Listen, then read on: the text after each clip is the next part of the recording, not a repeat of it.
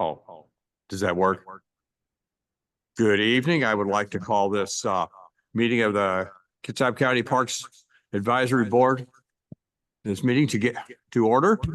To begin with, good evening. Thank you for participating in our remote regular monthly meeting of the Parks Advisory Board. We will do our best to facilitate a smooth meeting with public participation and ask that everyone be patient as we navigate this electronic platform. We have two formats for participation, the Zoom web application as well as teleconference. Before we begin, I want to review some guidelines and general instructions for the meeting. Please silence your other communication devices such as your cell or desk phone.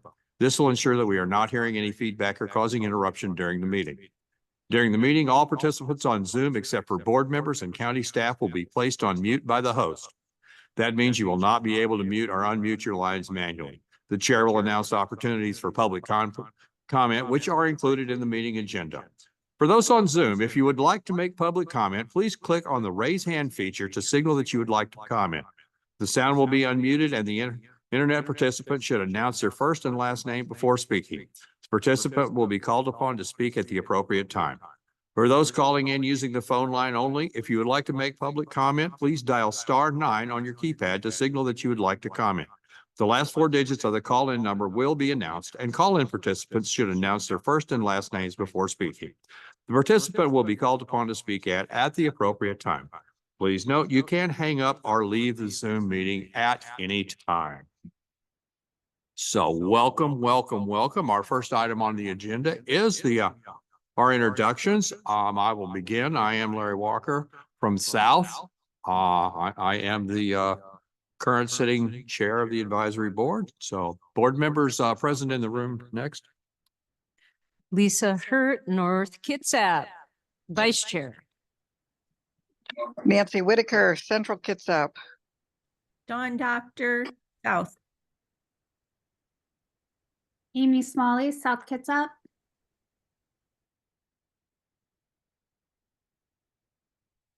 And staff. Oh, Grady. Your volume, can you turn that up? Martin, North Kitsap. Thank you, Grady. Now staff. Alex Wisniewski, Parks Director. Alex Hardy, Marketing and Events. Well, thank you very much. Okay, our next item on the agenda is the adoption of the September 18th, 2024 meeting minutes. I'm assuming everybody has had a chance to review them. Are there any corrections, additions, subtractions?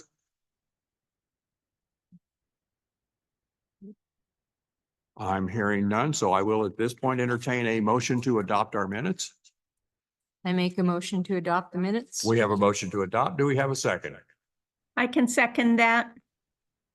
I have a motion and a second. All in favor, please signify by saying aye. Aye. Aye. Any opposed? We do have minutes. At this point, it is public comment time. Do we have anybody in the wings for public comment, Dave? No hands raised. Oh, Oops. one. That one. We do have Carol Price, and Carol, I'm allowing you to talk. Thank you very much. Good evening, everyone. I'm disappointed to see that Irene isn't there. I wanted to say thank you to her regarding the decommissioning of the Alders Trail. She sent me an email, a very nice email. And the reasons for decommissioning that trail are obvious. They're very clear, but I do wonder about trails and wetlands. What is the park's process in their decision making? And I'm speaking more specifically to Port Gamble Forest Heritage Park, but parks also. What is your process for decision making? Who are the trail design experts and land managers referred to in last month's minutes? Have the wetlands and seasonally wet areas been added to any park maps? Are there field notes or drawings that the public can see regarding that area especially?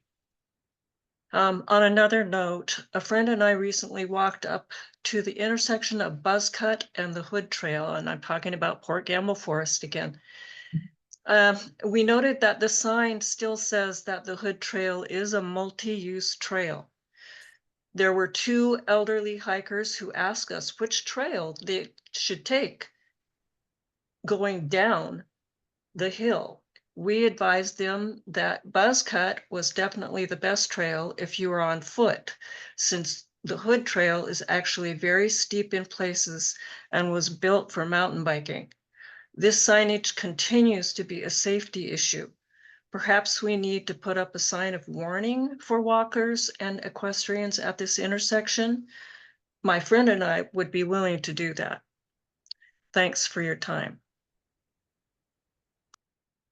Thank you very much. Alex, would you like to speak to her question about wetlands?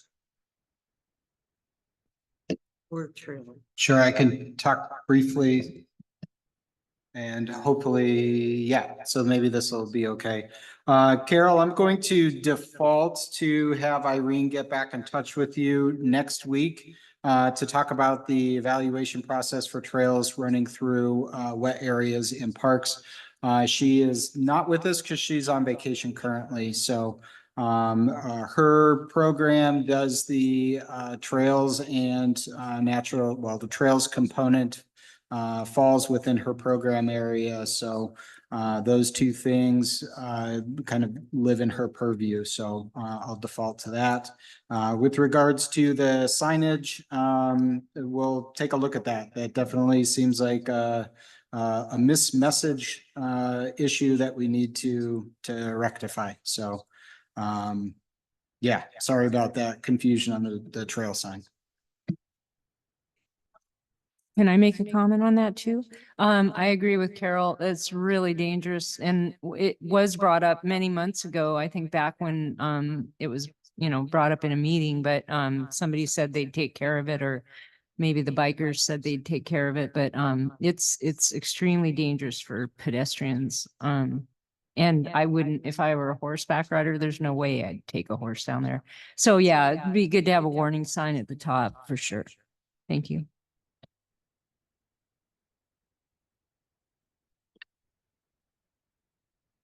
No other hands? All right, well, thank you very much. So next item on our agenda is special presentation and reports, event policies and fees. And I do believe Ms. Alex, I am here and ready. well, the floor is yours. Let me get my screen up here. So one moment.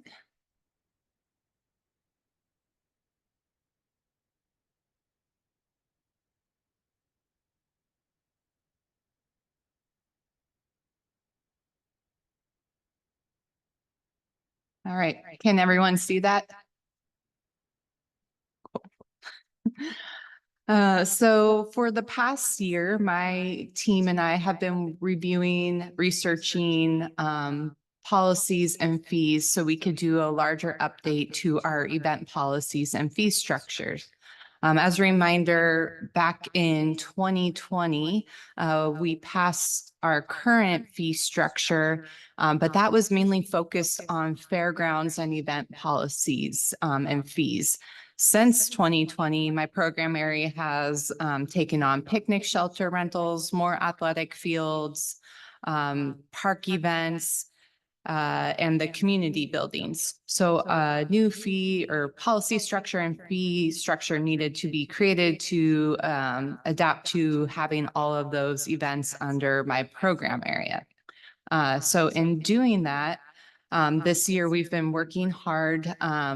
We started back in January doing internal updates and research. This included looking at other parks departments across the state of Washington, out of the state, to kind of identify what other departments are doing and how they function. And then really kind of diving into identifying what our needs are.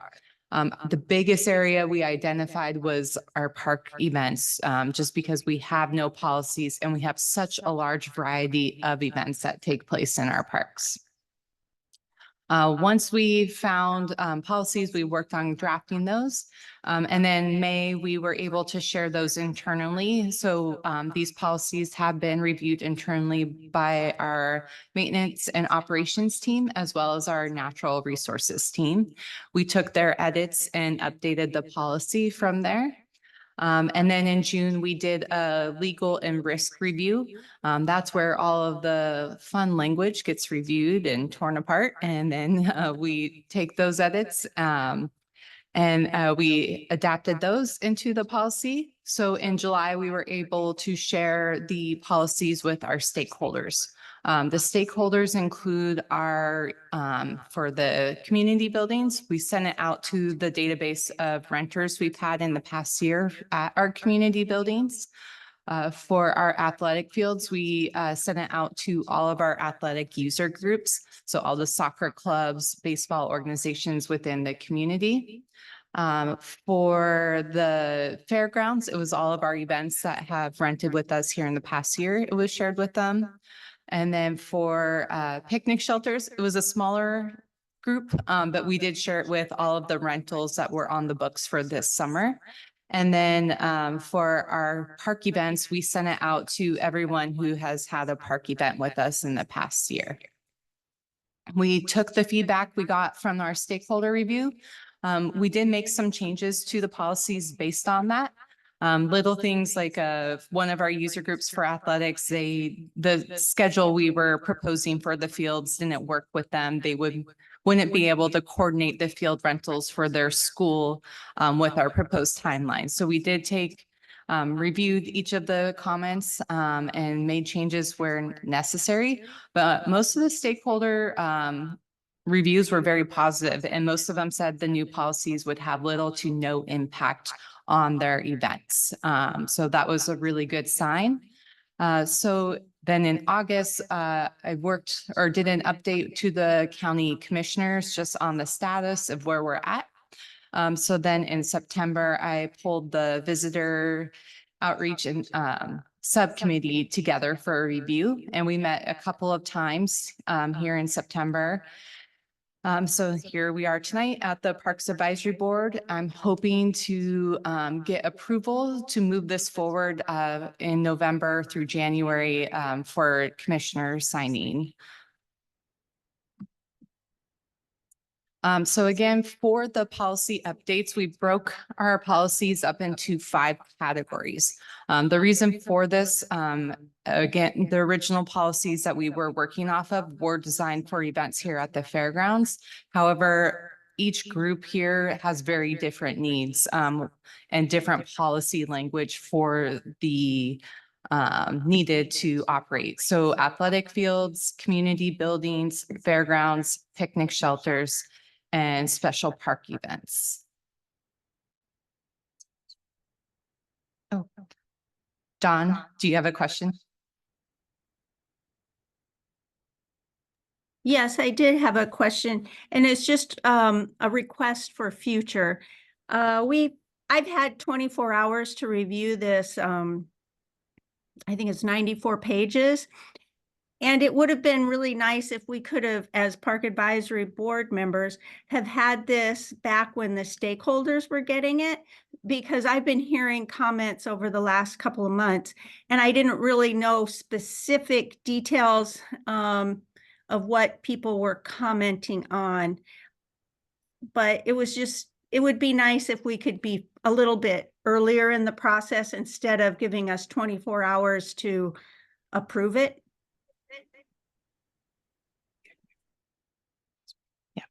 And I appreciate that feedback, Dawn. And if we need to, we have the flexibility to give you guys until next month to make a formalized vote on it. So we have time to discuss it. Nancy?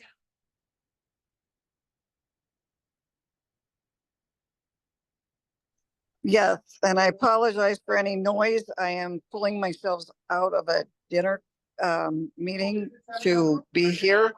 And I apologize, Dawn. I didn't realize that the whole committee did not receive these, but I probably am the responsible one for holding it up, getting to the Parks Board Advisory Council. I still have issues, I'll say that. And while we're talking about it, having sent to all the stakeholders and event holders, I do not believe that the event that I'm involved in ever received this document as a participant of an event, the organizer of an event in a park. I'm quite sure we didn't, because when I talked to the guy who's the lead, he didn't know anything about it.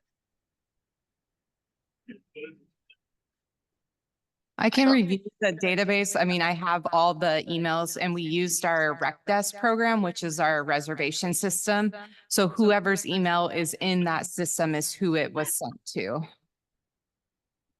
I'll check with him. Thank you.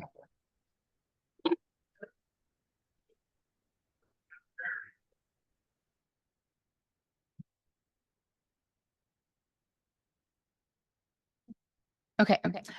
So going through, I'm going to break it into, it's over 100 pages. So trying to simplify 100-page policy document into a PowerPoint can be a little bit challenging. So I have broken it into sections, and I'm going to just go through and touch on the policy language that was updated in each of those areas. So then hopefully that will help identify and give you things to look at in that large document. And if you have any questions, just raise your hand and Dee will let me know and I will take those questions here. So starting with our athletic policy updates, the policies that we focused on were aligning our field request schedule with the school district needs. Field designations for fair and equal access. So this is how we determine which user groups get what fields. We mainly have one field that we get a lot of competition for. So we wanted to be able to define how we designate the field usage. It incorporated all the fields under this policy. As I previously mentioned, the fairgrounds was the main focus of the original policies we had. And so that only included the Lobe Fields 1 and 4, as well as Gordon Fields 1 and 2. So all of the fields in the south end, Anderson Hill Fields, those were not covered in those policies. So we started including all the fields under this one policy. And then we identified vendor procedures. So this is if food trucks or T-shirts, vendors, people who want to profit and sell things on the property during the events or tournaments or field usage time, we have procedures and fees set up for those now. Under community buildings, we really did not add any new language. We actually removed a lot of language as what is required for large events here at the fairgrounds. A lot of that language does not apply to our community building rentals, specifically with the providing layouts, fire permits. None of that is needed for rentals. So we tried to simplify the policies and make it easier for our users to navigate their user agreement. For fairgrounds and events policy, we again did not change a lot of the language. We find that these policies are working really well for us, but we simply added language for trespassing. So if we have to trespass someone off of the property, we actually have the ability to do that. In the past, it was questionable whether we could or could not do that. Then we added language for good standing, which is simply, is the event following the rules? And if not, it gives us the ability to kind of put them in a bad standing and maybe have them take a break from coming back for a rental. For picnic shelters, similar to the community buildings, most of the language actually that is used for fairgrounds events does not apply to picnic shelter events. Those are typically 4 hours and people are in and out. So the insurance, fire permits, a lot of the detailed stuff for larger events is not needed. So we simply removed language for those policies. And then finally, with our special park event updates, this is where we had the most updates just because these policies have never really existed for us. So we built policies for commercial activities and classes in our parks, races, festivals, and concerts, as well as commercial filming and photography type events. So now I'll go and try to summarize the fee updates a bit more, as this is where a lot of the questions probably will come from. So I'm gonna switch my screens here real quick.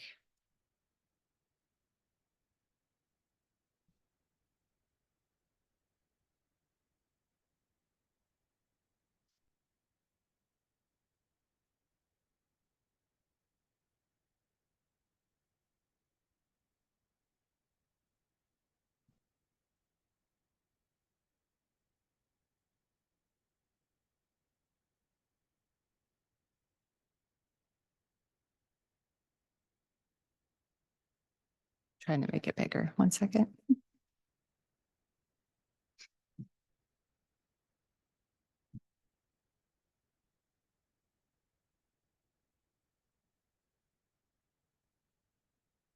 Right. Is that okay for everyone? Okay, so I've put together a table going through each of the changes to the fee structure that we made. So similar to how I did it earlier, I'm going to start with our athletics section. Again, as most of the fields we originally or in our system were not originally included, we brought those in to this policy. And so previously, the fields at the fairgrounds that are grass fields, those were all $20 an hour, where all of our grass fields outside of the fairgrounds were $18 an hour. So simply aligned everything to be $20 an hour for grass fields. For field lights, oops. Sorry, I'm trying not to make you guys sick here, but for field lights, we did raise the rate per hour from $22 an hour up to $25 an hour. And that is just for the fields here, Gordon Field 1, Lobe Field 1, and Lobe Field 4. And that's just simply to account for inflation from our PSC bills that we have to pay for the lights there. It also keeps our light use or rates for field lights in alignment with the school district lights, the fees that they charge. For game prep, previously the game prep was built into the hourly rentals, and it was just really hard to track what was a game versus what was a practice. So we changed it from a $15 an hour charge to a one-time $30 per game charge. So it would just be an add-on fee rather than an hourly fee. And then for our miscellaneous athletic fees, we added the concession stand or increased the concession stand rental up to $50 a day. This is for the rate increases with the City of Bremerton Water and Puget Sound Energy for lights. Then we also increased our vendor fee from $35 a day, as this originally was set up to be more for like t-shirt vendors, sweatshirt vendors, but it's getting used more and more by food trucks. And this aligns the athletic policy with all of our other policies for food trucks at a park facility to $100 a day. This was also one, originally we had it higher, but based off of the subcommittee review, we did lower it from $200 a day down to $100 a day. So any questions on athletic fields before I move on to community buildings? Okay. For community buildings, we did not change the rate. We just eliminated the seasonal rates. We previously had seasonal rates. So from basically April 1st through the end of September, you could only do the day rentals. And then in the winter months, we would allow hourly. And that was just really complicated to set up and manage. So we kept it, we eliminated the seasonal rates and just have one rate system for the entire year. Plus with our increased demand, it just makes more sense to have the same rate system for the entire year. Any questions on community buildings? Okay. All right, so fairgrounds and event center rates. So we did increase the rental rate on our cat barn and sheep barn from $150 a day to $200 a day. This is due to having heat and propane costs associated with those buildings. None of our other barns have utilities. So again, this is just with inflation, allowing us to cover our utility costs. The biggest area for change in our fees on the fairgrounds is with our open spaces. So that would be like our lawns, parking lot spaces. We did not have previously rates for our parking lots. But we were getting, since COVID, we've had an increase in people requesting to rent our parking lots for outdoor events. So we wanted to make sure we filled or added fees in so we had something to work off of. But in doing our research, we found 1 cent per square foot is a good way to kind of capture, standardize our rates to keep it fair and consistent. Whether we're doing events here at the fairgrounds or out in our parks, this was the easiest way for us to kind of put a price on our lawn space. So with that, we did raise our rates for a couple of our lawn spaces here at the fairgrounds that get used frequently. And then we added rates for all of our parking lots. Other fees that we have built in or added would be our fairgrounds closure surcharge. I know $3,000 a day seems pretty high, but what this is for is we have quite a few events that will come in and close the road, Fairgrounds Road, for their event, but they might only rent one of our lawns for that event. So then because of that, we're not able to rent out the pavilion. We're not able to rent out the President's Hall or any of our other facilities because people can't access the venues. So with that, this fee would only get applied to those events who are looking to do a larger event that would require a road closure, but not use our buildings where we would be losing revenue because of that.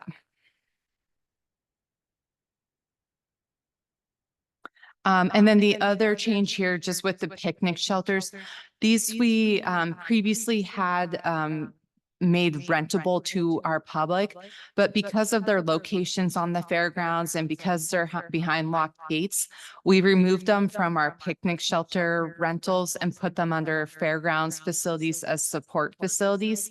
So that was the only change there with those. The next big area we focused on with fairgrounds fees were with the equipment we provide. A lot of it is because we have purchased new equipment, and some of it's just more looking at what is required of our staff to set the equipment up. So the first item here are bleachers.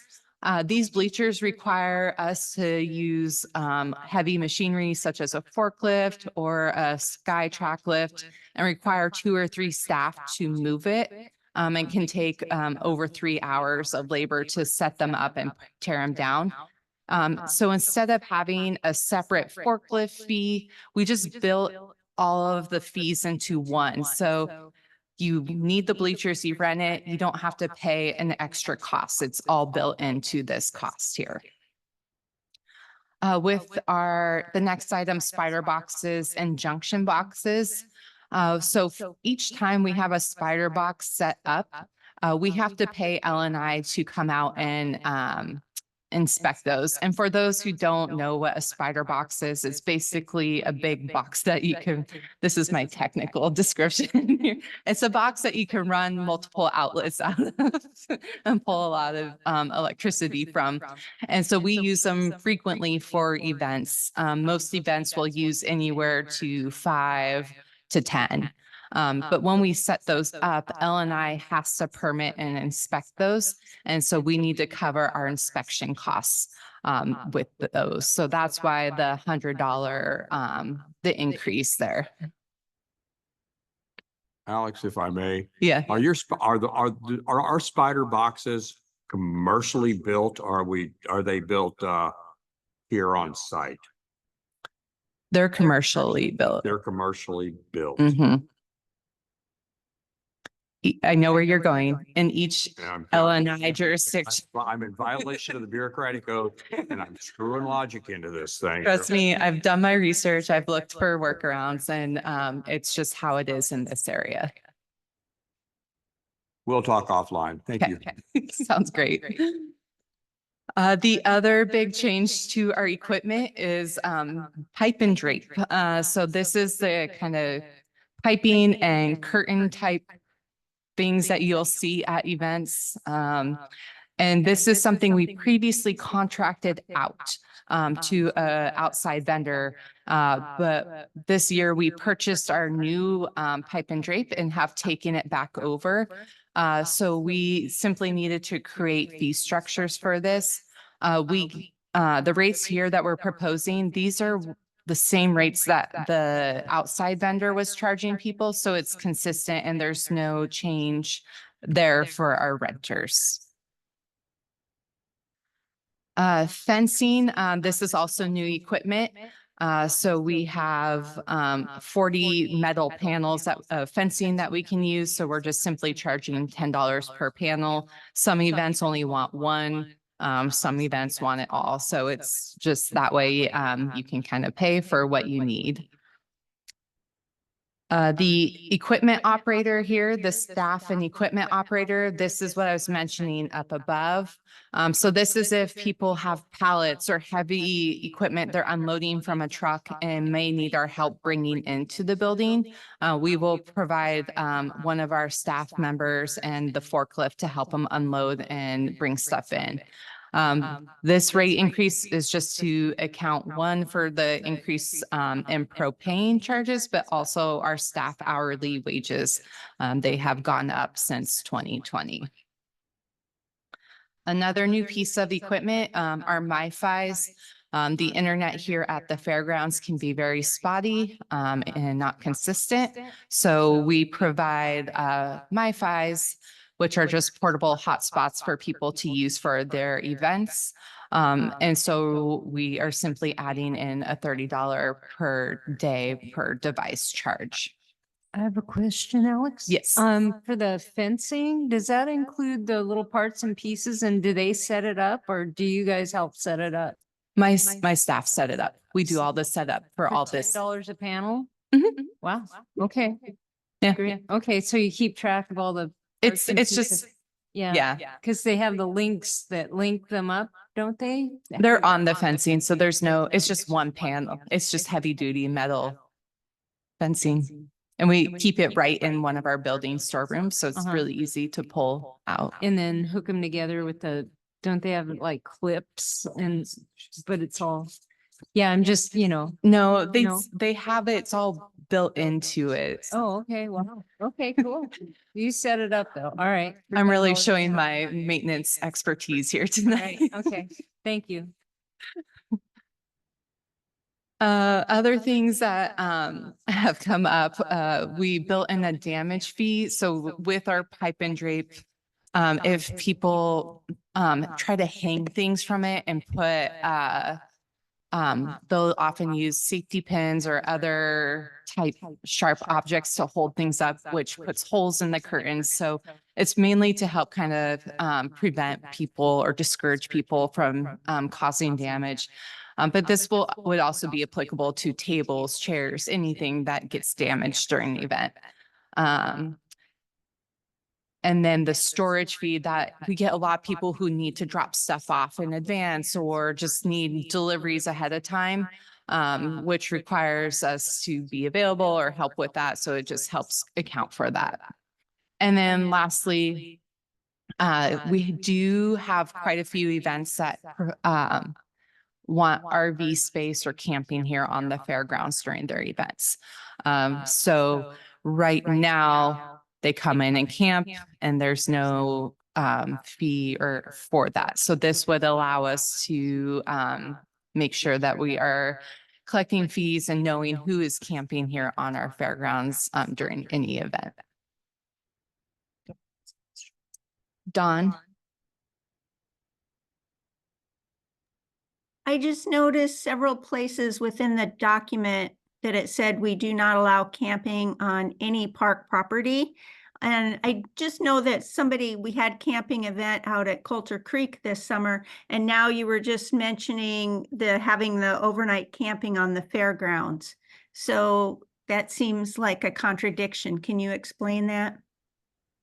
Yeah, so fairgrounds events, we have campgrounds here on the property. And we have always historically allowed for camping when it's permitted through events. This is where the director does have the ability to waive or bypass the code or policies to permit certain activities.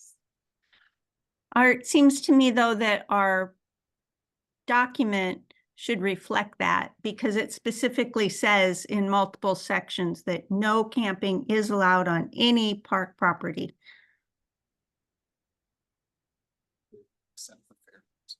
Yeah, we can look at that, Dawn, because we do have it built into the fairgrounds policy that I think camping is allowed or permitted through the events, but we could look at adding that kind of into our other policy sections as well.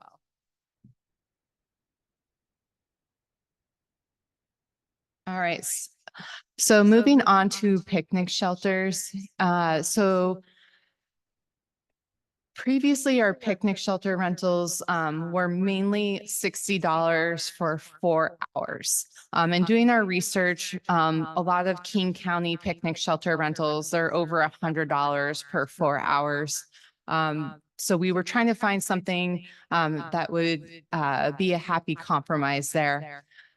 In doing that, we started looking at what amenities our picnic shelters have. So we kind of categorized those into 3 groups, with Group A being our larger shelter with electrical and water access. And with that, we felt $80 per 4 hours was more appropriate, as these have utility access at those park facilities. Group B, these would be a standard shelter, no utilities. And so that's where we felt our current rate of $60 for 4 hours was more appropriate.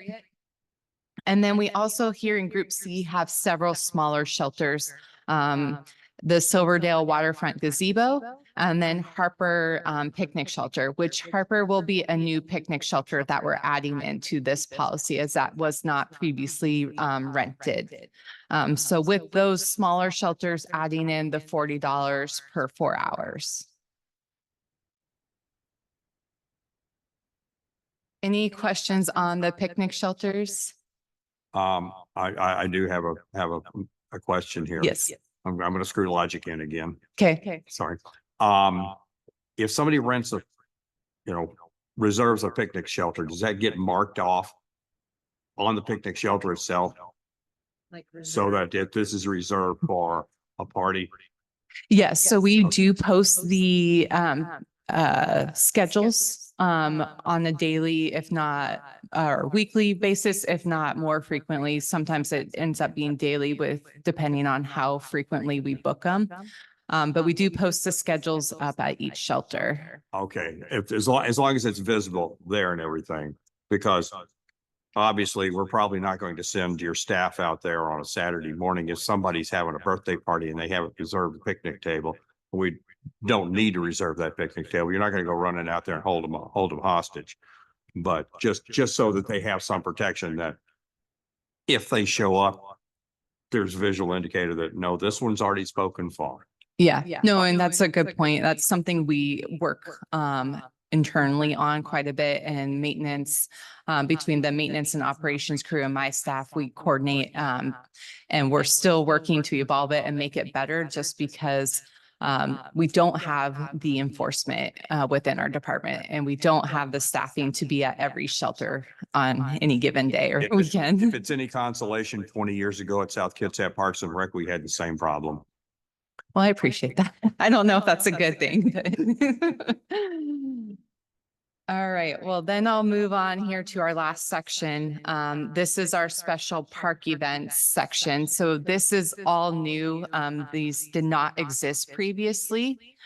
So the first part here, this is for our kind of recurring commercial usage. So this would be more applicable to those looking to host a fitness class in one of our parks.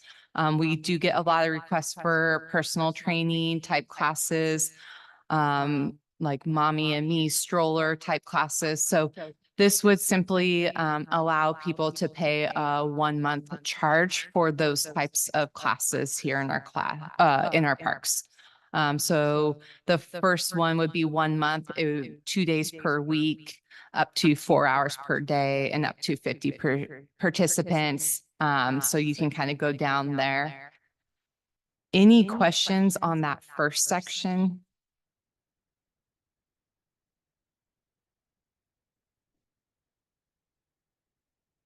Okay. I will then scroll down here to our public events. So this is where most of our events would probably fall in our parks. This is where you're going to have your walks, your runs, cycling events, corporate events, athletic tournaments, any bigger or any event that happens in a park outside of the fitness classes or field rentals would probably fall under here. Looking at what other parks departments do, almost all of them had some sort of participation fee. This is what would most departments had, like per ticket sold or per registration. However, we just don't have that staffing to be able to track and know how many tickets or people registered they have. So we wanted to keep it more of a flat rate fee. And this aligns with other parks departments here in the state on fees. If anything, it's probably slightly lower. And Dawn. Sorry, I'm still kind of above the special, we're talking about the public events now. Could you scroll up just a hair so that I could see? Yeah, right there. So I was just looking at the 1 month commercial usage park permit, 3 to 5 days per week is $75 per park. But if you go up to 3 months, it's actually $300 per park. So that's not like 75 times 3. I will have to check my math. I could have done my math wrong. I am. Yeah, because usually you get a break, but I think it was fine for the one before that, the 2 day per week. I think it was 50 and then 150, but on that it went 75 too, because that would only be, yeah. And this is why I want everyone's eyes on it, because when you look at something for so long, you start to get tunnel vision. So thank you. Yeah, no problem. Nancy? Yes, so this is where it took a little longer for the committee to go through, and I still have some issues I'd like to point out. One is that there is no differentiation between a run with feet on the trails and a mountain bike event, the per mile fees. And I cannot, I can't vote yes on this with no differentiation, because you can have a run and the next day you don't even know anybody was on the trail. That's not the case with mountain bikes, and yet it's going to charge the same thing. And then secondly, you know, to give you an idea of the impact on this, and I apologize again, I'm walking around trying to get away from noise. where I'm at. And so there's no way of figuring out how the mileage fee is going to be charged. And we had some discussion about this because I'm involved in a run event that there are 3 different runs, 1 mile, 5K, 10K. And there's no explanation in the language at this point that says how that will be calculated. So the event I'm involved in would go from a $30 application to fee to at least well over $1,000 just on, if you counted the minimum amount of mileage and the participation fee. So it's a huge impact on events. I volunteered in the South Kitchup Heritage Park Fathoms of Fun Splat Run, which is a tiny event. It's less than 100 people, but it has a 5K and so their fees are going to be huge for the amount of people that are involved in the run. My event's a bigger event, and again, we do 1 mile, 5K, and 10K. And I'm told that we would pay for basically the 5K because they're running on the same road within the park or trail. But I really have a problem with these.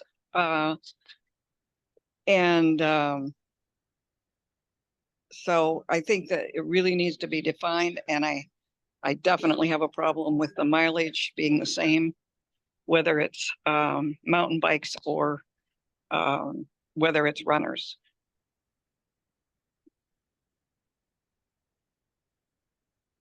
And I think it should also, if these kind of fees are going to be charged, then the event should, the Parks Department should provide we rent portable toilets to make sure we have that covered.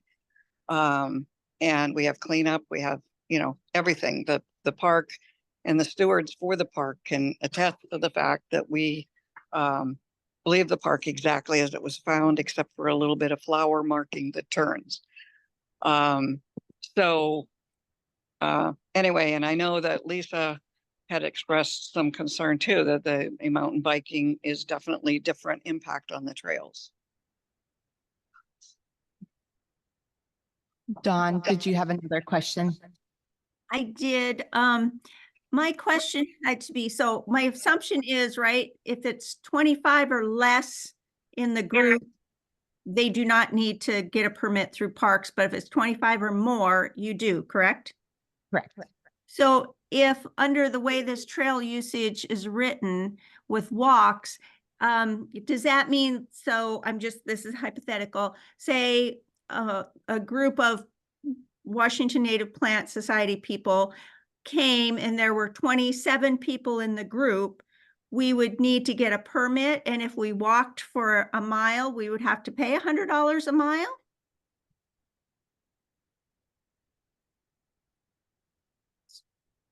Yes. Oh. Yeah, I don't like that. Okay. Thank you.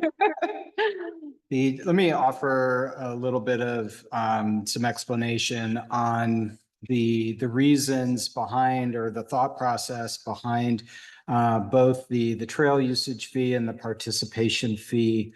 And starting at that, currently we have nothing.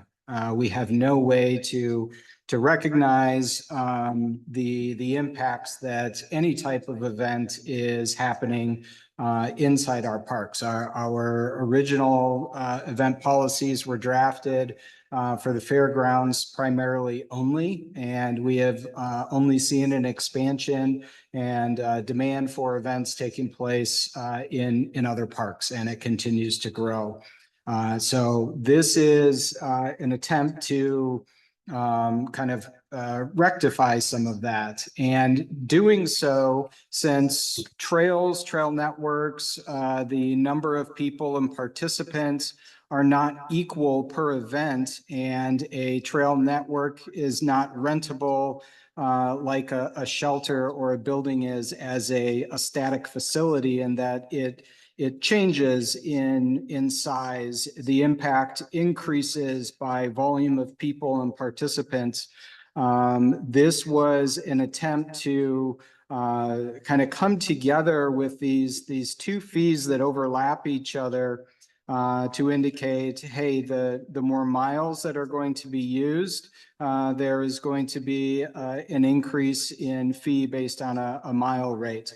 The more participants or people taking place in this event is going to increase the impact on those trail miles, and therefore there is a kind of a spectrum of fees in that they increase as both participation and trail mileage increases.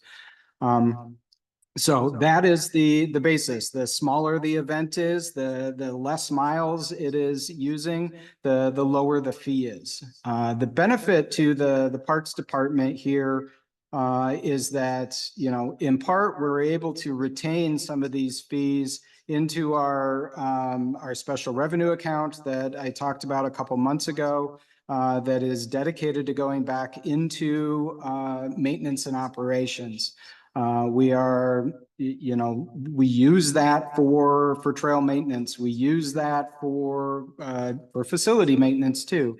But this would put us in a position where the events that are taking place in parks are now paying into this fund that we could then draw on to help provide maintenance activities in these parks. With regards to, you know, some of Nancy's comments about portalets and trash service, and we put those same regulations on events that happen at the fairgrounds. We have events that far outpace the quantity of bathrooms that we have here, and we demand and enforce that they are required to bring in their own portalets for those. When an event outpaces the size of the facilities that we have to offer to support it, it is up to the event to support itself. So that, I mean, I hope that helps provide some explanation behind how the fees were determined and how they are intended to be deployed. And one more thing to add to that is the fees here align with the fees that an event would pay for something similar or comparable in size at the fairgrounds. They're still less because we're not doing all the same services, but they are in alignment with fairgrounds event fees.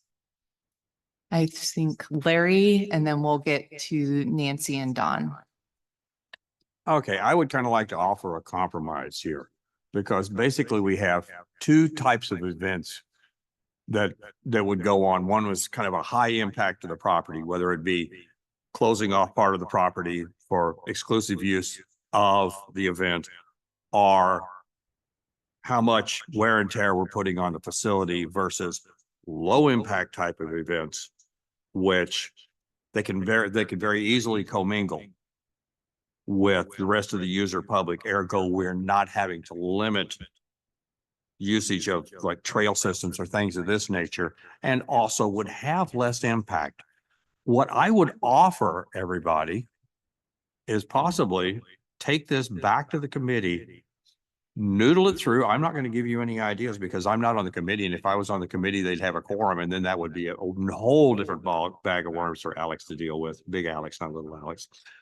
But take this back and look at that from that point of view, thinking about event impact, almost like an environmental impact type of thing. What's the event impact going to be?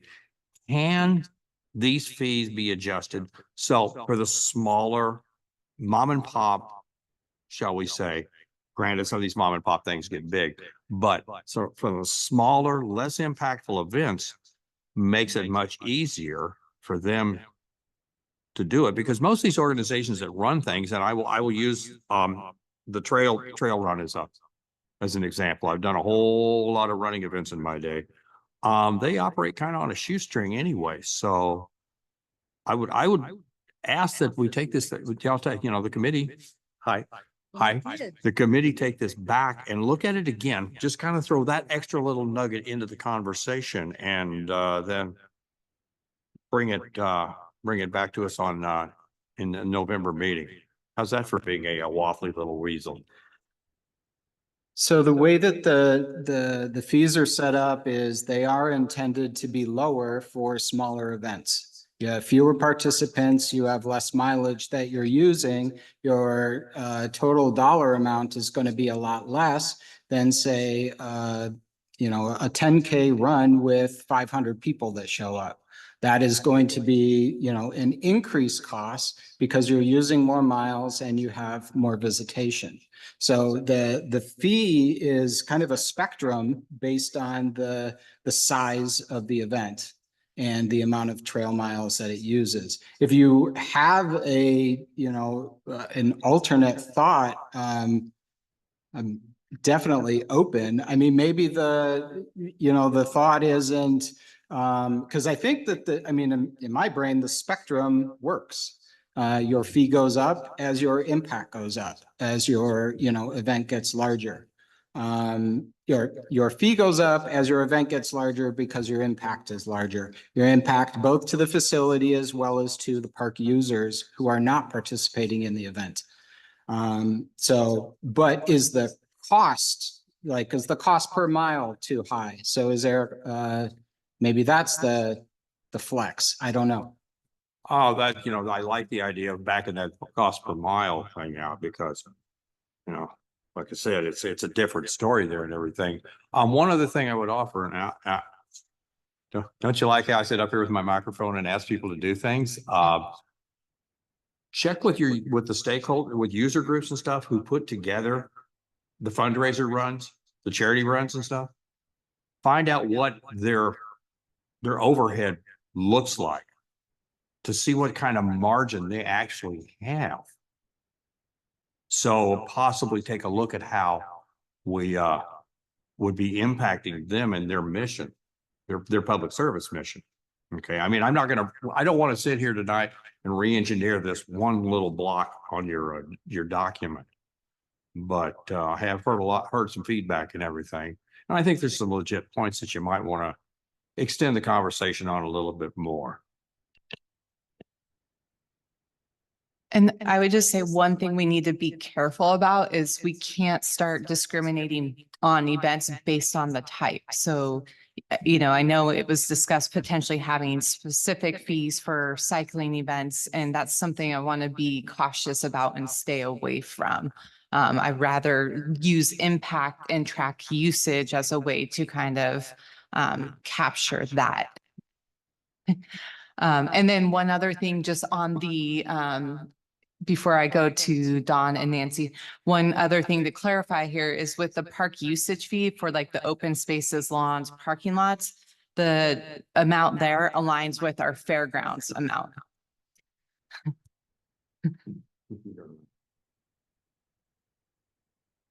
You're the traffic director. I'm just up here. Okay, we'll get back to you here real quick. Okay. All right, Dawn. So participation fees are only charged when the event sells tickets or makes a profit in that way, correct? That's what it says, applicable to events that sell tickets or implement registration fees. Correct. Okay, so trail usage fees, that doesn't say anything about that. And so for me, our park system is designed for use by the general public, which is different than our fairground buildings. On any one day, I can't just walk into the fairground building and enjoy, that. But I can go out on a trail any day of the week because that's what it's designed for. So I would ask that for the trail usage fees, those are more applicable to me to an event that requires closing down the trail. And that may be what you mean by designated trails only. So for instance, if you have a bike or a run that requires you to close the trail so that the general public really can't safely use the trails either for their own safety or the safety of the participants, then they would definitely, to me, need to pay a trail usage fee. And I really agree with, and to me, that kind of highlights the charging of the, you said $3,000 if we have to close the road going into the fairgrounds. I mean, that kind of makes sense because you're not allowing other events to happen. And in this case, you're not allowing the general public to use their public park if you're, closing down trails. And it does seem to me that I realize we can't charge differently for different events, but if there's trail damage, just like if there's damage at one of the buildings or with the curtains, do we not have a trail damage fee that we could charge in essence of, because somebody has to go out and possibly get the ruts out or something to make it safe. I'm not even sure what, but it seems to me that a damage fee might almost take place of being able to distinguish some of those trail impacts that are beyond what everyday use would be. That's it.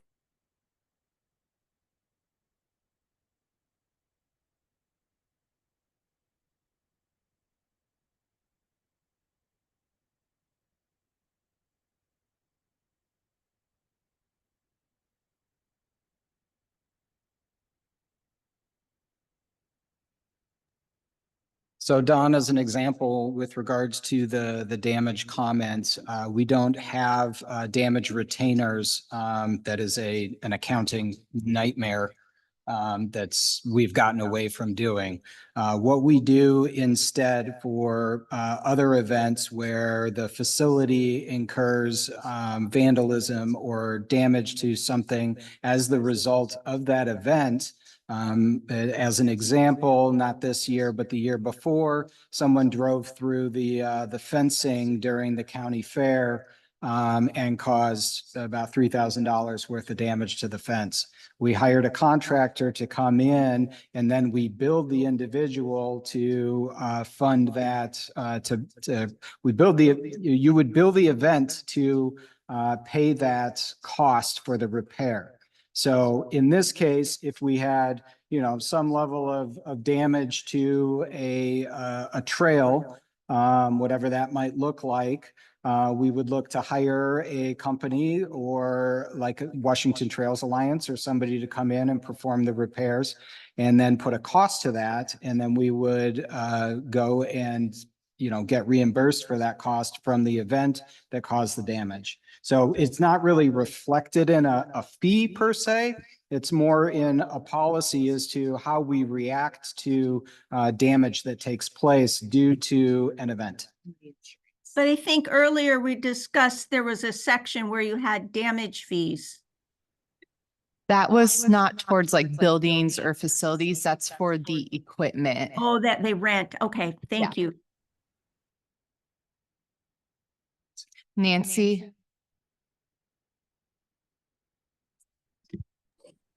Sorry, I had to unmute myself. Yes.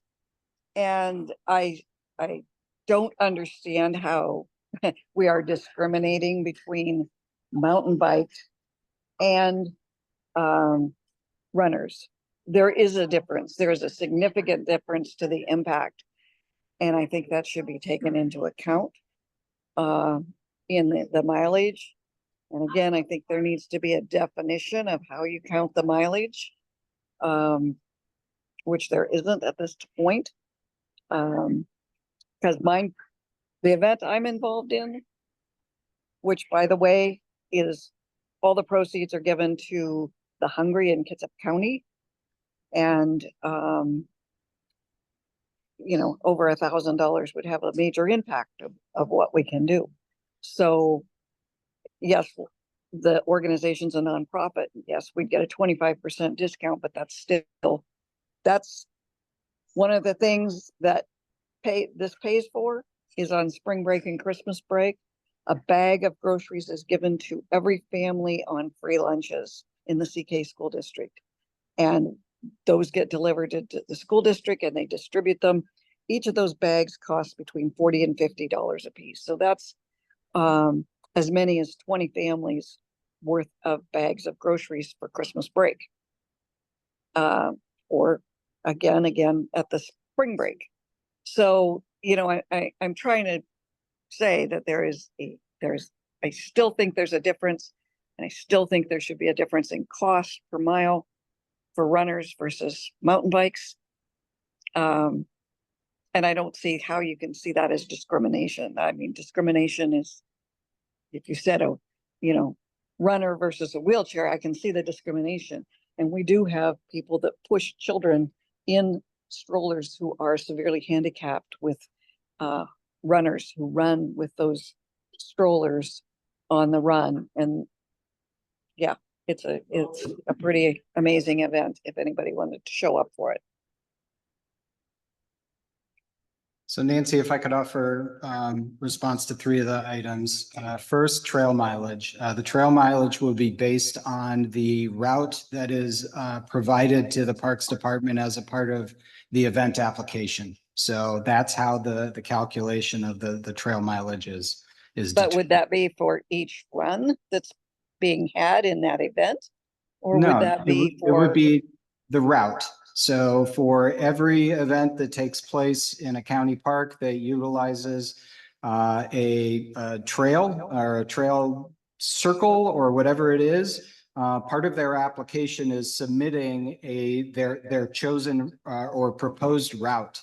And so we would base the trail mileage rates based on the number of miles that is approved once the route has been determined to be okay.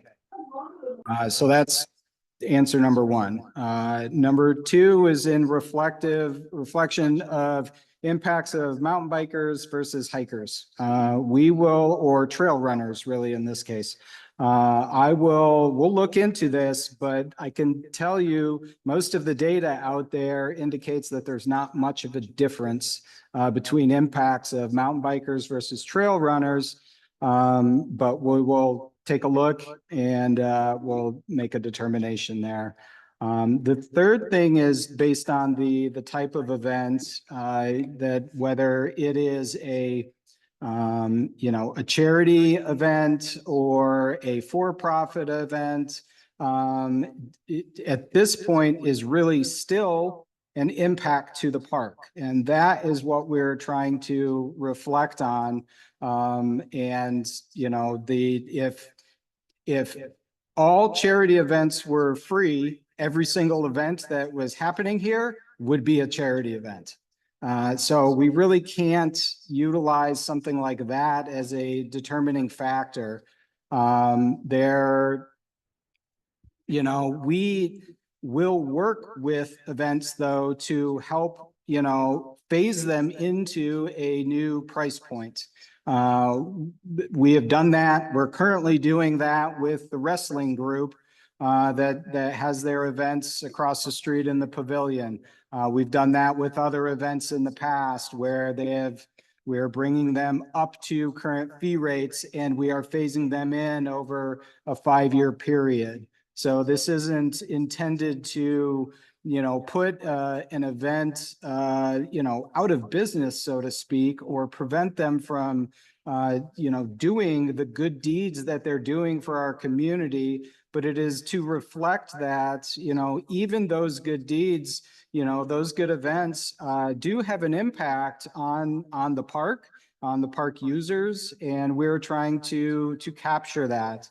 And the approach to phasing things in also allows the events the opportunity to adjust their operating model. And maybe, there are other sponsorships that can be had, or whatever it may be, an increase in registration cost or whatever. I mean, I don't propose to have all the answers. Every single event is different. But there are adjustments that need to, be taken.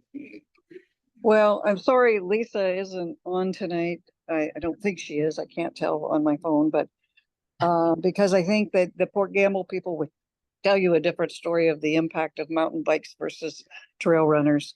And I've seen it. I mean, if you've ever hiked the trail from Wildcat Lake up to Green Mountain, I won't even hike it because it's so damaged by mountain bikers. Um, and she had comments about the same thing as far as the difference between hikers, runners, and mountain bikes and the impact. And with a race, you know, they're going fast and they are creating an impact much more so. So, yeah, this is,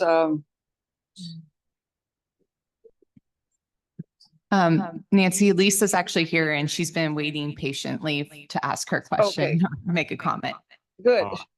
Thank you. I like what Dawn hit on actually about a damage fee. I know we went over this a lot during our committee about, you know, charging more if the bike people or whoever is having the event close down the park. But, you know, if we can't discriminate between runners, walkers and bikers, you know, we all know bikes create more damage. So we can just say, you know, there's a damage fee for a bike race because they create more damage. So you just, it's an add-on, you know, because you have all these add-ons on all these other things. So why not create an add-on? And yeah, so it's an idea that I don't think we covered, but it's a way not to discriminate.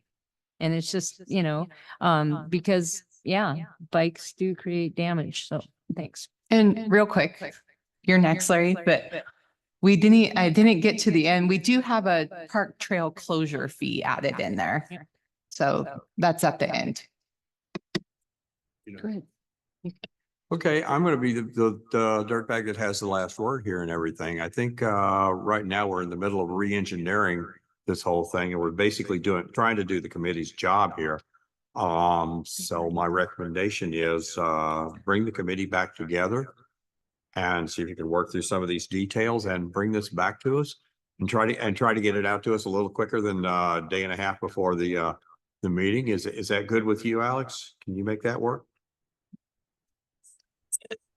I would like to hear from the subcommittee. The subcommittee's already met twice to go over this and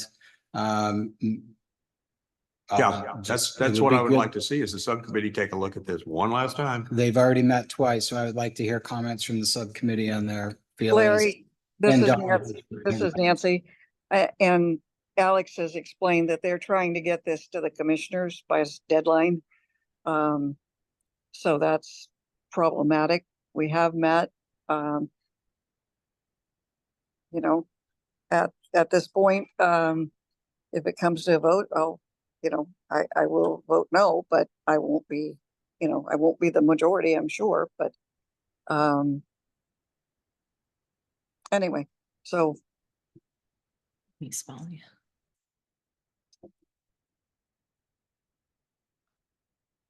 Oh, before Amy's on the subcommittee. Okay, so we'll go with Dawn and then Amy afterwards. Okay, and I apologize, I might be jumping ahead a little bit here, but I was looking under special use permits, all camps. They're assessed a 10% of camp registration fees. And to me, that's kind of discriminating camps from other events that charge fees. And why were camps picked out versus something like a, I don't know how, like the bikes or disc golf or something like they go back. But if the fees are above whatever to be a profit, wouldn't that fund fit under all camps kind of too? Same with like if you were renting the park to do yoga, why aren't we asking 10% of their registration fees? Or I'm just asking for a clarification why camps were broken out. The camps on that one, Don, were because we did camps almost every day. this summer, and they all were under the 10%. So it's just a continuation of what we did this past summer for athletic camps, as well as environmental or wildlife type camps too. I'm open to changing them, but that's just what we've done. And that's what worked for the camps this past summer. Amy? Yes, thank you. I have a few things. So one, I really appreciate Alex's work on this and her team. I thought they did a very thorough job. They did a really just fantastic job putting it together, getting information from others. But with that said, also, and I met the first time, didn't meet the second time because everything looked really great. You know, we talked about a lot of things. But then hearing other people's ideas and inputs, and it did kind of make me think a little bit. Knowing that my past work was with WSU Kids Up Extension, and part of the work, it was collaborating or bringing people out into environmental spaces and educating them. You know, I haven't always been the friendliest when it comes to fees and more money for stuff, especially because it is parks. And I do feel like parks should be a space that everybody can use. But with that said, we do need to be mindful of our impacts on parks, and that there is a cost to keep them, you know, running and going, and the people who can clean them up or protect them. But hearing Dawn's comment about $100 for 1 mile kind of made me think, maybe we need to adjust that a little bit, because if you do have 26 people and maybe you're charging them $10 to go out there, I just don't see it feasible to charge them any more for an educational walk. To pay for $100 to walk 1 mile seems a little crazy, unless you tried to get creative and said, we're going to have 25 people and we're going to walk 0.9 miles.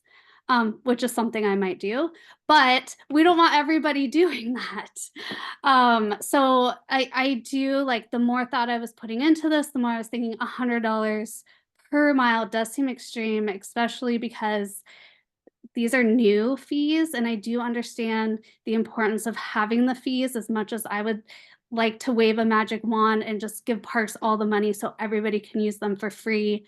It doesn't always work that way. With that said, also, like, I understand, you know, the park fees are going to go up. Well, so are my kids' sports fees. Like, my kids do wrestling and soccer, which are highly dependent upon parks, which means I'm going to be paying more money myself for them to use these areas. But I'm also super grateful that we have places in the community for them to use. So it kind of goes back and forth. And I know I talked with Alex about this a lot with these fees, like, how are we helping those who maybe can't afford them? And I had talked about my upbringing, and we used parks a lot as a kid. I didn't come from a lot of money. I feel like my kids are very, you know, they have a different life than I have, and I can rent out spaces and I can pay the extra sports fees or whatever. I didn't have that growing up. And so that's part of why I've always loved parks and what they provide for the community. So I have been, like, you know, it's a struggle back and forth for me. But I do understand, like, we have to be able to pay for this somehow. And businesses or runs, I mean, maybe that will be increasing your fees a little bit. Everybody's going to be increasing, you know, what we have to pay for everything. So it is hard, but I do think $100 for a mile is a lot of money. $100 is a lot. So that's the one thing that stuck out for me. And just making sure, you know, that you don't necessarily, parks doesn't necessarily have the teeth to, like, implement so much, but let's make it doable to where people can afford to do it without trying to cheat the system, if that makes any sense to anyone. Amy, I like how you think the 25 people and 0.9 miles, and that's what it's going to mean for people like the garden club that wants to go. You know, they're going to have to say to 2 people, no, you can't come, because otherwise we have to pay $100 and we have to pay a participation fee too, which is more money. So, yeah, it's a shame to have to think that way. All right, Grady? Yeah, real quick, I think Alex answered this question partially. I like the idea of phasing these fees in if they're going to be there. Is there going to be like a review cycle if there's like totally an outcry over these fees and we look at this a year from now or whenever these are implemented and usage is down, or we are hearing feedback through op-eds or people coming to our meetings saying that this is impacting their particular community? Like, what is the review cycle going to be if we need to make adjustments to these fees, and how is that communicated with the public?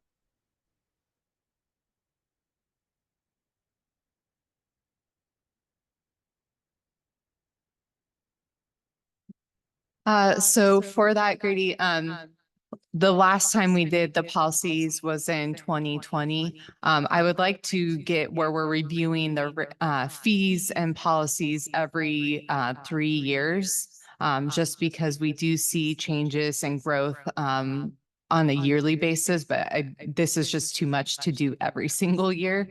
So 3 years would be ideal. Thank you.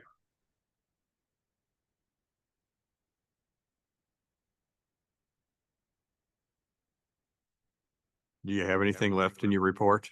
Or have we just absolutely beat it into submission? That is all I had. I mean, when it came in here, I had 3 of the 4 subcommittee members ready to make a recommendation, but I don't know now. Okay, thank you very much. And I thank everybody for your well-meant and well-placed comments. It was actually a very good conversation, which I just wanted to add to Alex too, that I second what Amy says. I really appreciate your work on this, and it may have sounded like we were attacking, but I feel like at least my questions were coming from a place of, I just want to understand how you came about it and your reasoning so that I can be more supportive of it. But I'm really appreciative of all the work and input that you have made.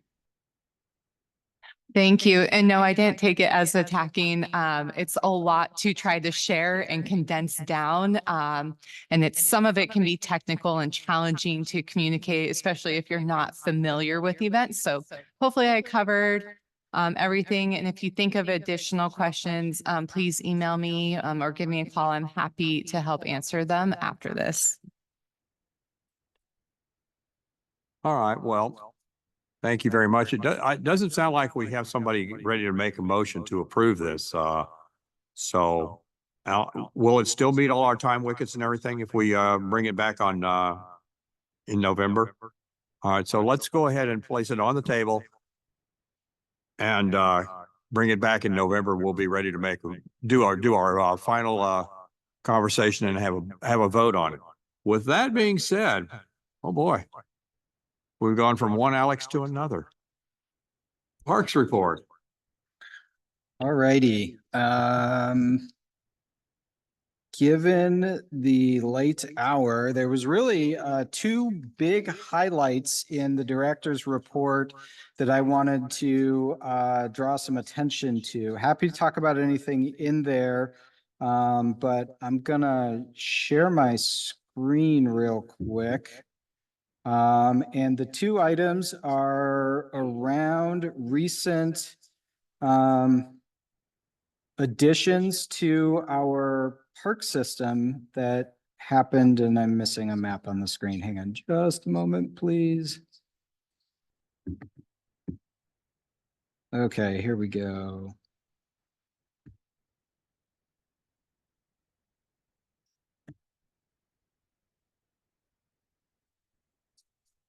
All right, so we have some exciting news with regards to additional new parkland getting incorporated into our park system. Firstly, I have the map on the screen, which was also included in your packet for Illahee Preserve Heritage Park. And we have, as of oh my gosh, when was it? I think it was last week. We signed, last Wednesday, the commissioner signed a resolution granting the chair to sign all the acquisition paperwork for acquiring two new parcels. And on this map, those parcels are colored in blue and identified by the black box and the black arrows. This is funded through an RCO, Recreation and Conservation Office grant that was submitted in 2022.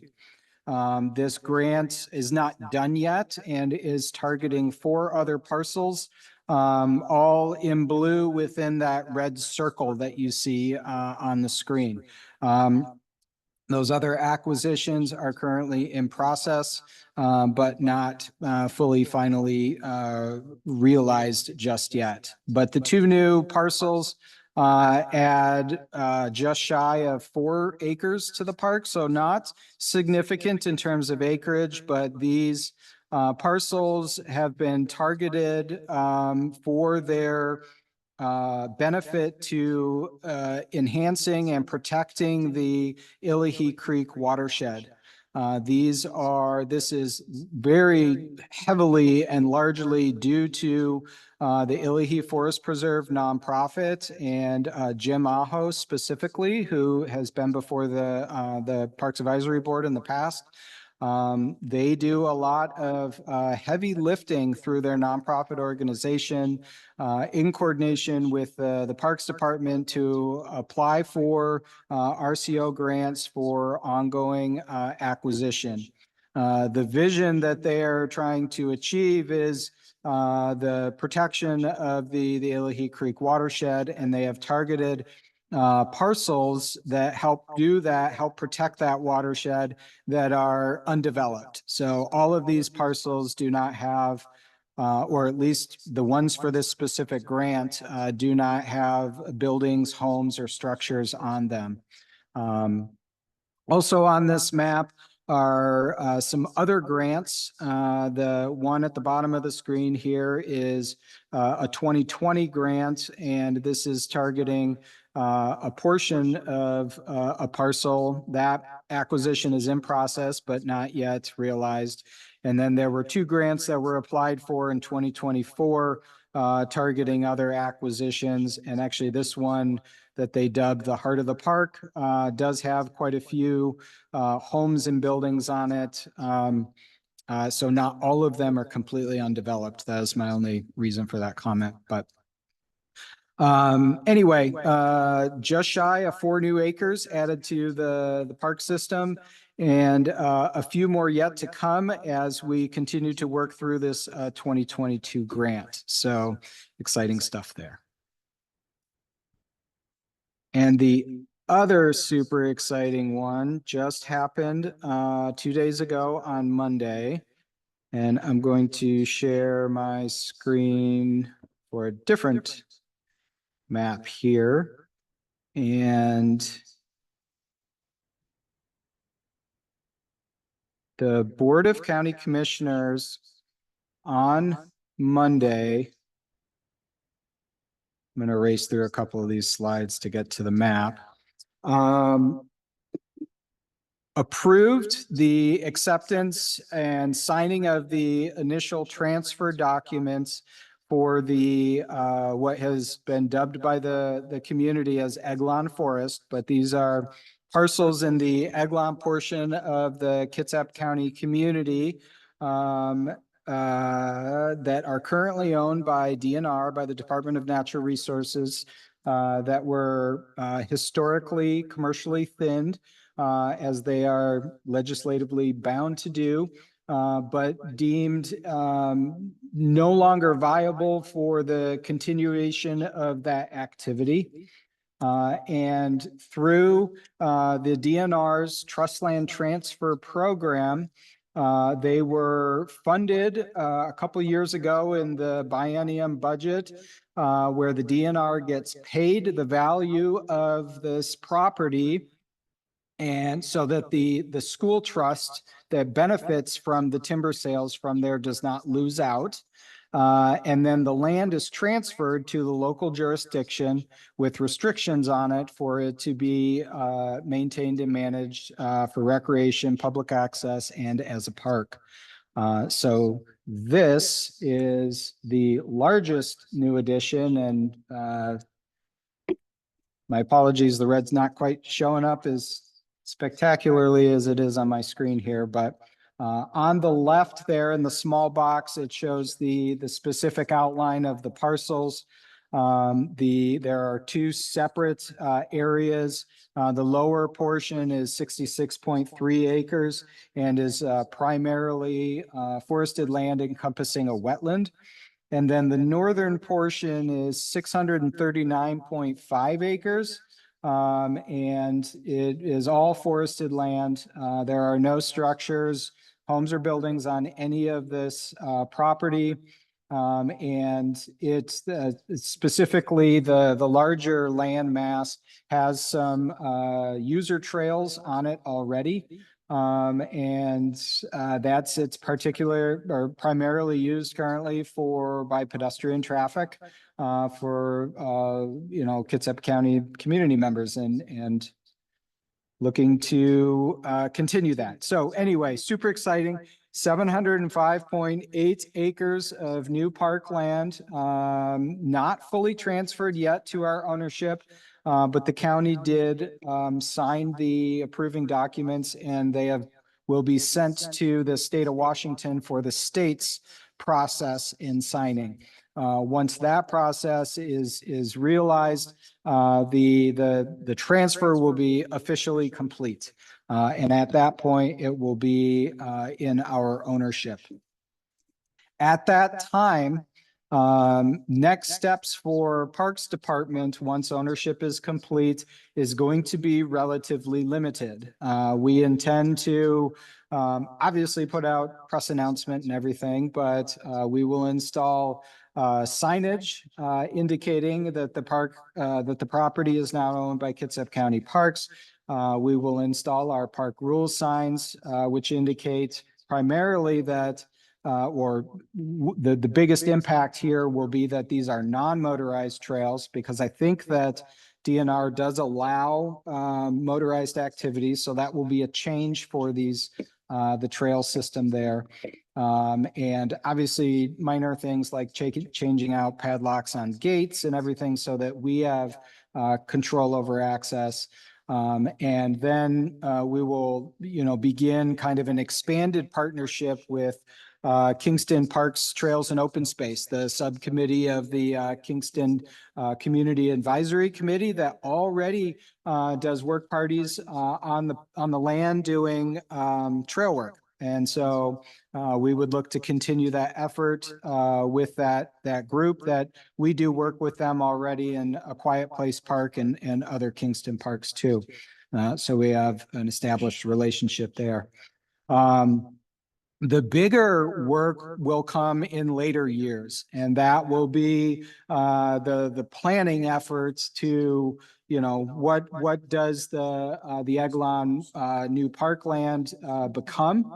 And we just need to wait till we have staff capacity. That will begin with a series of environmental analysis and so forth.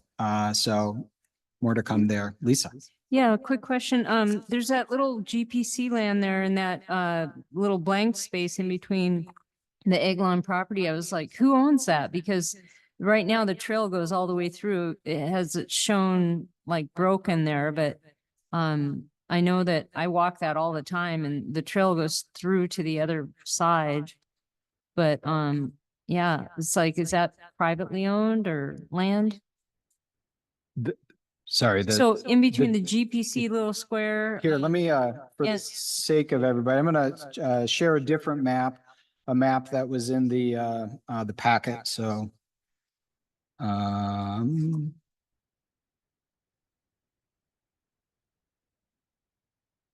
Cause maybe like the Illahee Park, we may need to like try to buy that. Just cause it seems kind of like potentially could be bad. Short answer, while I'm trying to get this up, apologies for the delay here. I don't know. In all likelihood, that property is privately owned. And geez, I'm struggling here, sorry. Doing two things at once is not wise for this guy. Okay, here we go. Okay, so Lisa, are you referencing this trail here? Correct. Yeah, so we would need to get in there and take a look. I am definitely not familiar with the extent of the trail network, where it goes. Does it go into someone's private house? I have no idea. See, right now it's totally nature, woodland, and it's a trail. So it just seems like it's a complete circle. But that shows it as not. So that's kind of concerning. Oh, does this connect? Yes. In reality? Yes, in reality it Yeah, does. so we would, I believe that the trail network on this map was just pulled from existing data. It has not been ground truth by any means, so we would definitely need to do updated maps, trails, and, identify where we want people, trailheads, where we Okay, want people right. accessing. We don't have any of that done just yet. Okay. Yeah. So, yes. Super exciting. This brings our total park system acreage up to 11,400 plus acres of parkland across our entire park system, or it will, because again, the transfer isn't officially final. The county has just signed the documents on our end. But when it is finished, it will bring us up to 11,400 plus. Woo, woo. Okay, and those are the big, oh, you know what? I've got one other item that's not nearly as fun and exciting, except for staff, kind of, sort of. And that is the HVAC in the Eagle's Nest that I have talked about being delayed multiple times is actually getting installed right now. So it's exciting. The biggest challenge, though, is as of today through November 8th, we don't have any heat in the building because they are removing the existing units, and it will take a while before the new ones get installed and they are up and running. So thankfully for the Parks Advisory Board, we will have heat in the building, or we should, knock on wood, by the next meeting. So fingers crossed. Those are big happenings for us in the past couple weeks.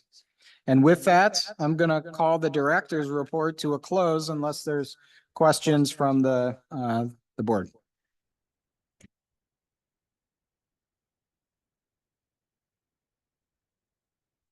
I have no questions.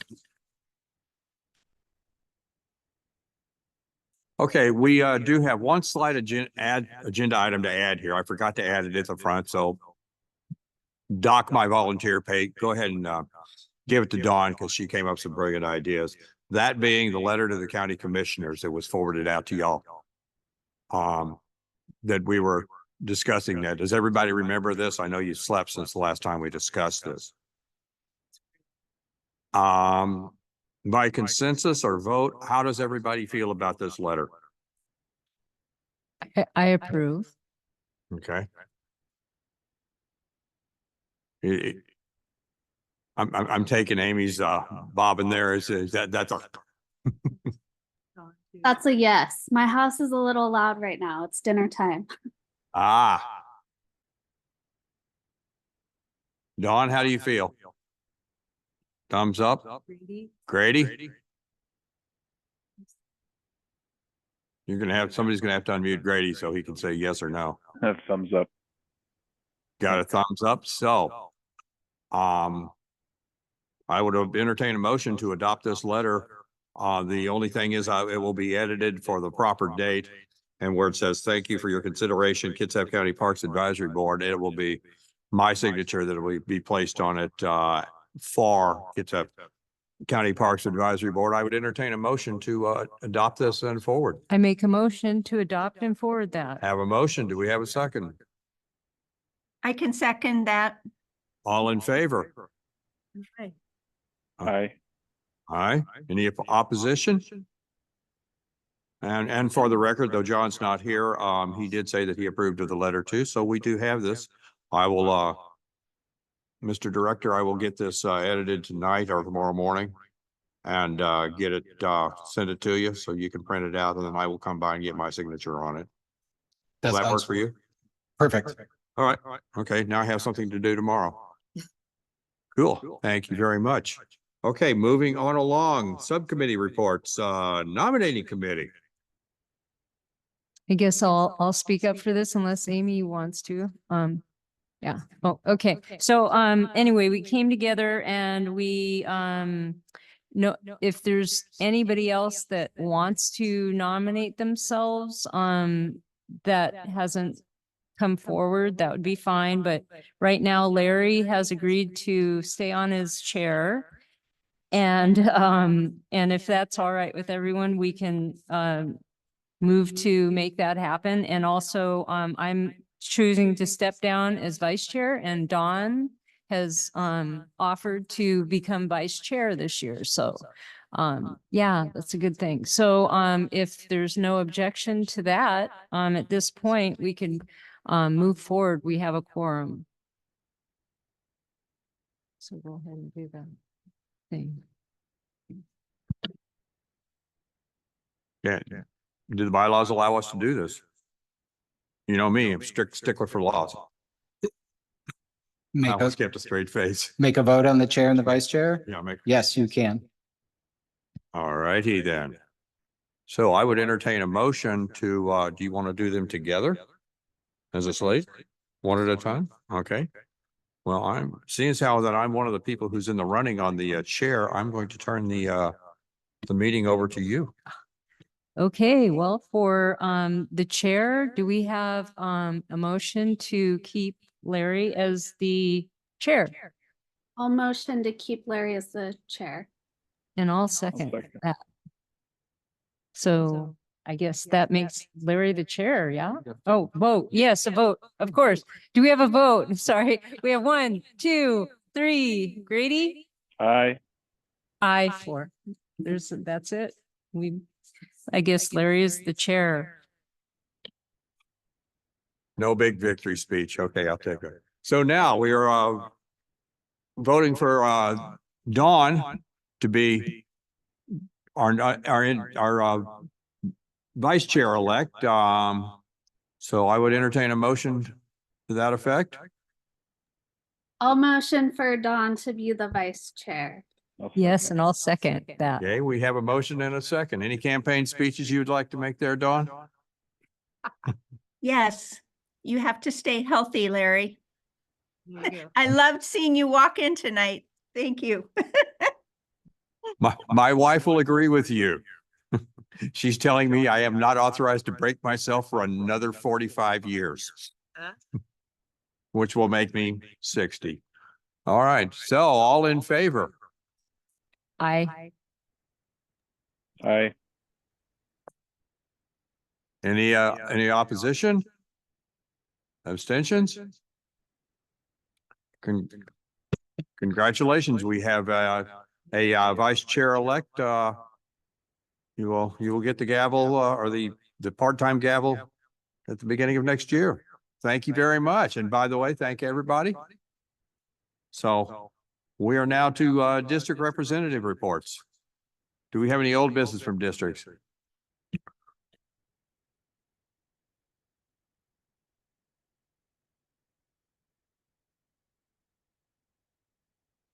Crickets. Okay. Any new business? And even more crickets. Okay. So moving on along, public comment, 3 minutes time limit per person. Do we have any public comment available?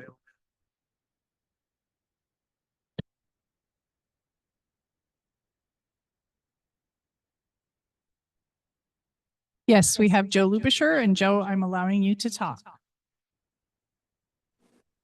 Good evening, everybody. This is Joe Lubisher, Indianola. On the fee and permitting for park uses, I had 3 comments that were not brought up. The first one, it seemed like there was an implied ability for any group under 25 to use the park. I would be concerned that number is too large. Some uses like 20 mountain bikes showing up, from a bike club with 2 trailers is too many for some parks. And also, you may have a cross-country run, 15 people or 20, and you really need to have whoever's organizing that checking in with the park stewards and making sure they're not going to use spray paint, which is something that happened not too many years ago. I would say that you may not charge for groups under 25, but you still need to exercise some supervision control. Second item, on some of these bike races, they do multiple loops. So the price per mile is going to be, whereas a runner may run 20 miles on one loop and pay the fee. Bikers may do that 2 or 3 times. So they're effectively only paying a half or a third the rate that you're charging. And the third item, as far as setting fees, you need to be real about the amount of money that the mountain bikers are handling here. So they're an event they're going to bring in $15,000 or more dollars, and you're just charging them a relatively small fraction of that.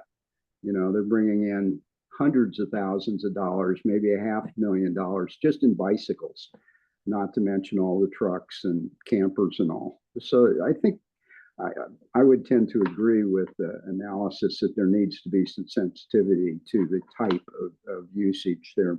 Okay, thanks.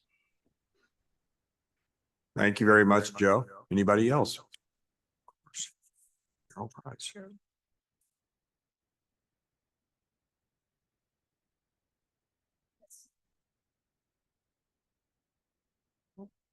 Carol Price, and Carol, I'm allowing you to talk.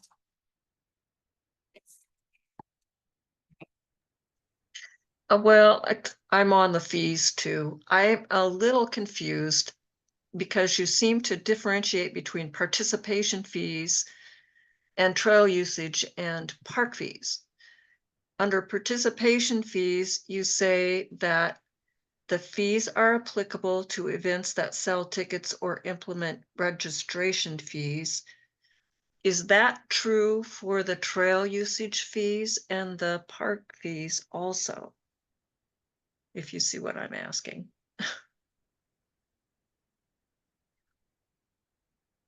Verify. Can you get it? No. Clarify that, Carol, please. I don't understand what you're saying.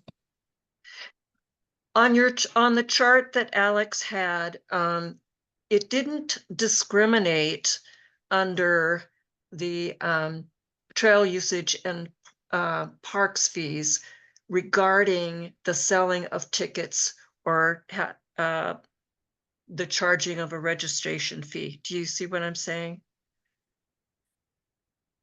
Yeah, I think Dawn's nodding her head.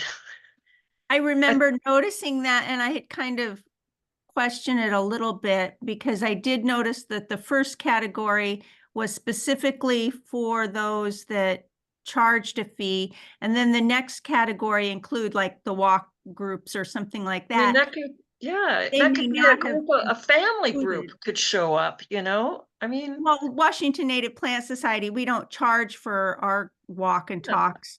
And so that's why I was asking about that. And Yeah. if they don't charge a fee, and then why don't people up at the other part get like that 10% of their registration fees like the camp? That was my question.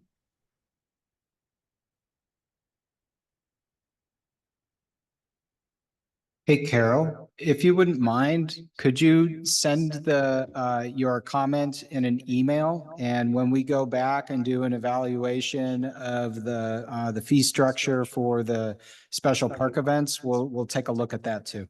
Certainly. Thank you.